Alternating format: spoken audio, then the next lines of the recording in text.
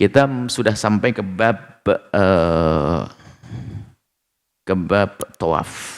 Kita sampai kepada bab tawaf.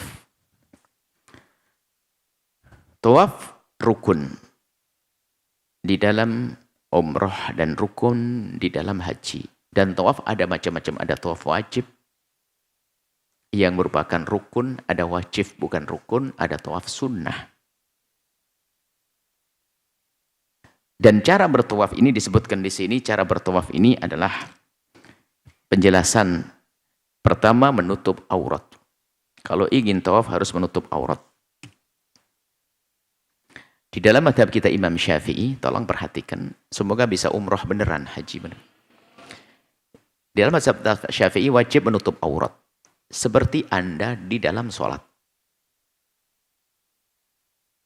Laki-laki pakai baju ihram, pusatnya jangan kelihatan. Jika pusatnya ikut mengintip Ka'bah, tidak sah. Pusar. Nah, jangan biarkan, wahai para bapak-bapak, pusar Anda tuh ngintip Ka'bah. Ikut tawaf. Ya, dia harus ditutup. Ini harus paham, karena aurat bagi kaum pria adalah antara lutut dengan pusar. Pusar atau pusat sih? Pusat juga boleh, karena pas di tengah-tengah pusat sini. Pusar. Nah, wanita pun juga demikian, seperti layaknya Anda sholat. Jaga aurat Anda. Dalam madhab kita Imam Syafi'i, aurat yang harus ditutup adalah seperti aurat ketika melaksanakan sholat. Mungkin ada yang berkata, waduh pas umroh kemarin saya nggak pakai kaos kaki nih, gimana? Pas umroh kemarin, wadah pusat saya bukan segera ngintip, melototin Ka'bah. Gimana nih? Karena mungkin perut saya agak nonjol ke depan sehingga yang namanya sarung turun ke bawah. Apa? Baju ihram. Ini bagaimana nih? Sudah terjadi. Ini kita bahas nanti. Yang penting ini ke depannya hati-hati. Bicara yang akan datang ini. Yang lalu biar berlalu. Ada jawabannya bagi yang telah berlalu.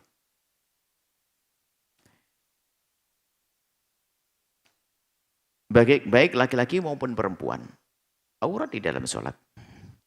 Dalam hal ini hendaknya para wanita lebih waspada. Jangan sampai kakinya terlihat.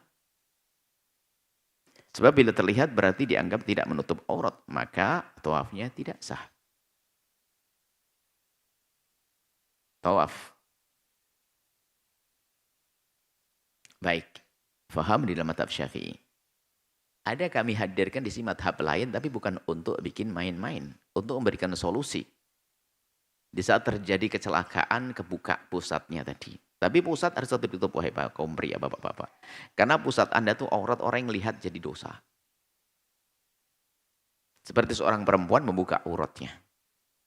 Membuka kepalanya, membuka lehernya. Itu adalah membuka aurat. Kalau yang melihat satu orang, dosa satu orang, wahai wanita solehah. Jika yang melihat dua orang yang melihat dosa dan Anda juga dosa wanita solehah. Anda solehah loh ya, nggak usah marah, kami bilang begini. Kalau yang melihat 5 orang, dosa 5 orang. Anda juga mendapatkan bagian dosa karena Anda menjadi sebab dosa. Kalau yang melihat 1000 orang, berarti 1000 orang berdosa. Anda menjadi sebab. Maka tutuplah auratmu, wahai wanita solehah. Baik, kita lanjutkan di dalam tawaf, Anda menutup aurat seperti di dalam sholat.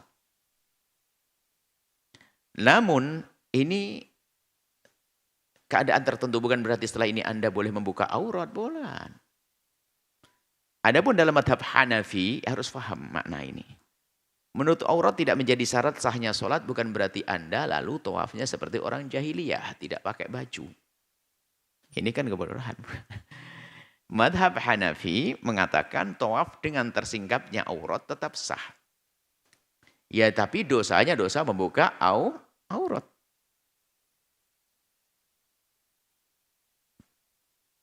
Karena tidak dianggap sebagai syarat sah, seperti tidak dianggap sebagai syarat sahnya tawaf, tawafnya enggak terganggu dengan membuka aurat.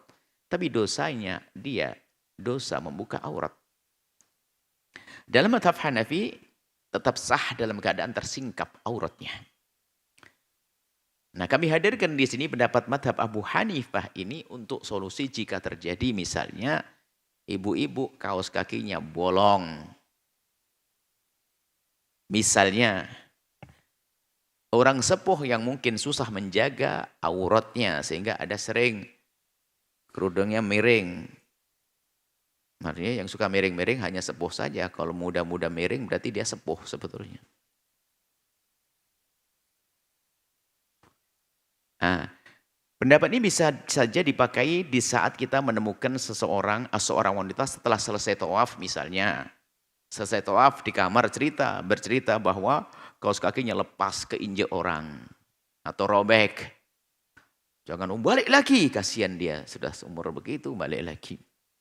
Ya sudahlah kamu ikut mazhab Hanafi kan taklid setelah melakukan pekerjaan ada yang mengatakan boleh kan begitu sudahlah enggak apa-apa. Digampangkan dari orang awam kok. Begitupun bagi orang tua, usia lanjut, atau orang sakit yang sulit baginya menutup aurat dengan sempurna. Maka pendapat ini adalah solusi kemudahan yang perlu dihadirkan dalam keadaan tertentu untuk kemudahan. Bukan berarti setelah itu Anda seenaknya, mentang-mentang sah lalu Anda buka kerudung Anda di sana, Anda dosa dengan membukanya. Harus paham. Tidak beda seperti kalau lagi puasa, kemudian orang membuka auratnya, puasanya sah-sah. Orang puasa, perempuan jalan-jalan di pasar telanjang. Puasanya sah, ya sah, tapi dosa. Ngapain telanjang? Kan hanya orang gila yang telanjang. Kalau orang gila nggak batal, nggak dianggap puasanya. Baik, ini adalah masalah tawaf. Ini kemudahan sengaja kami hadirkan karena memang ini pernah terjadi yang demikian ini. Ya pun sudah dikasih pembekalan itu namanya kaos kaki. Ada kaos kaki yang hanya sekedar atau kaos kakinya kepanjangan ujungnya keinjak sama orang. Kita jalan, ketinggalan itu kaos kaki. Bisa jadi itu dan mungkin sekali. Makanya sengaja kami hadirkan di sini bukan dijadikan prioritas, bukan kita langsung dari awal buka aurat, tidak. Jika ternyata di perjalanan itu tersingkap, kemudian bingung cara menutupnya, sudahlah ikut mazhab Abu Hanifah. Dianggap sah dan melanjutkan amaliyah selanjutnya, manasik selanjutnya. B. Bersuci dari hadas dan najis. Harus Anda terbebas dari najis dan hadas, kecil dan besar. Harus punya wudu. Harus punya wudu. Suci dari haid. Enggak boleh dia punya haid. Nanti masalah pembahasan haid, nanti masalah haid akan dibahas di penghujung. Ini nanti di akhir pembahasan. Syarat sahnya tawaf yang kedua adalah suci dari hadas. Baik hadas kecil maupun hadas besar. Jika berhadas kecil maka wajib berwudu, sedangkan jika berhadas besar maka wajib mandi besar. Begitu juga jika terkena najis, bajunya terkena najis jangan dipakai. Ganti yang suci. Maka harus bergegas menyucikannya. Bergegas menyucikannya, harus suci. Nah, nanti ada najis yang dimaafkan, di babnya beda nanti. Mungkin perlu disisipkan juga. Ditambahkan nanti, dicatatkan berikutnya ada catatan kaki, udzur karena najisnya.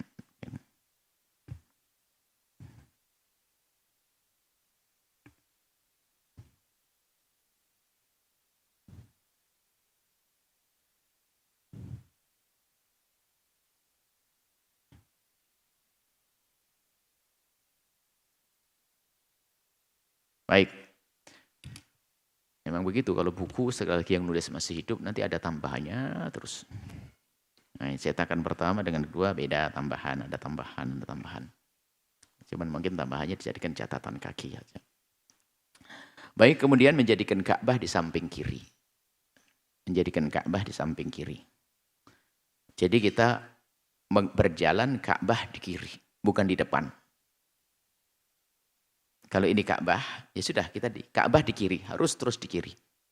Kalau kita berjalan Ka'bah di hadapan kita tidak sah tawafnya, terputus. Anggap saja kita begini kedorong sama orang, lalu kita menghadap ke Ka'bah, bergeser sedikit, geseran ini menjadikan tawaf kita tidak sah. Harus mundur lagi, nyambungin lagi. Nah itu. Syarat sah tawaf yang ketiga adalah menjadikan Ka'bah berada di samping kiri seseorang yang sedang tawaf. Posisi pelaksana haji atau umrah menghadap ke depan dan Ka'bah berada di samping kiri. Harus begitu terus sampai selesai. Perhatian, ini biasanya banyak yang salah kalau kita tulis begini. Bagi seseorang yang ingin mencium hajar aswad, ini kadang-kadang dia kalap, melihat fajar langsung meluncur. Dan sementara kalau mau mendekat hajar aswad itu tidak hati-hati.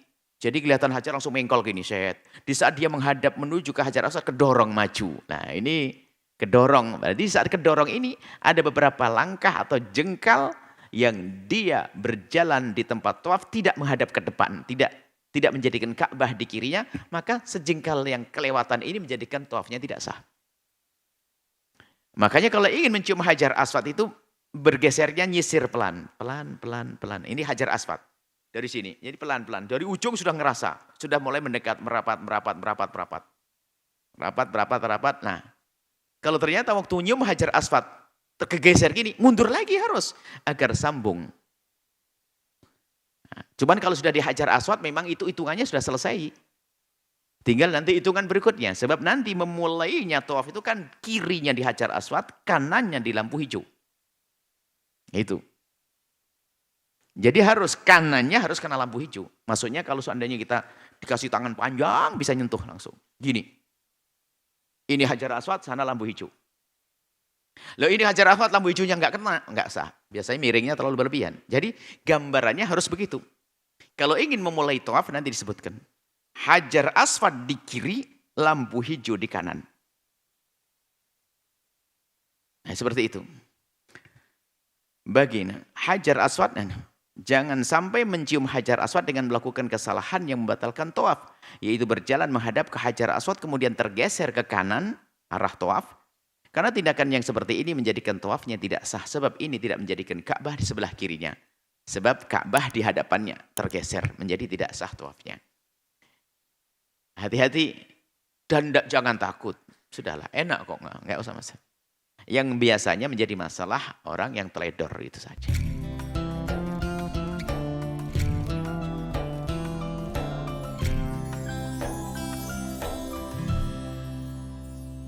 Sahabat Al-Bahjah TV, setelah menyaksikan video ini, jangan lupa bersolawat kepada baginda Nabi Muhammad. Shollu ala Nabi Muhammad. Allahumma sholli alaihi wa ala alihi wa sahbihi.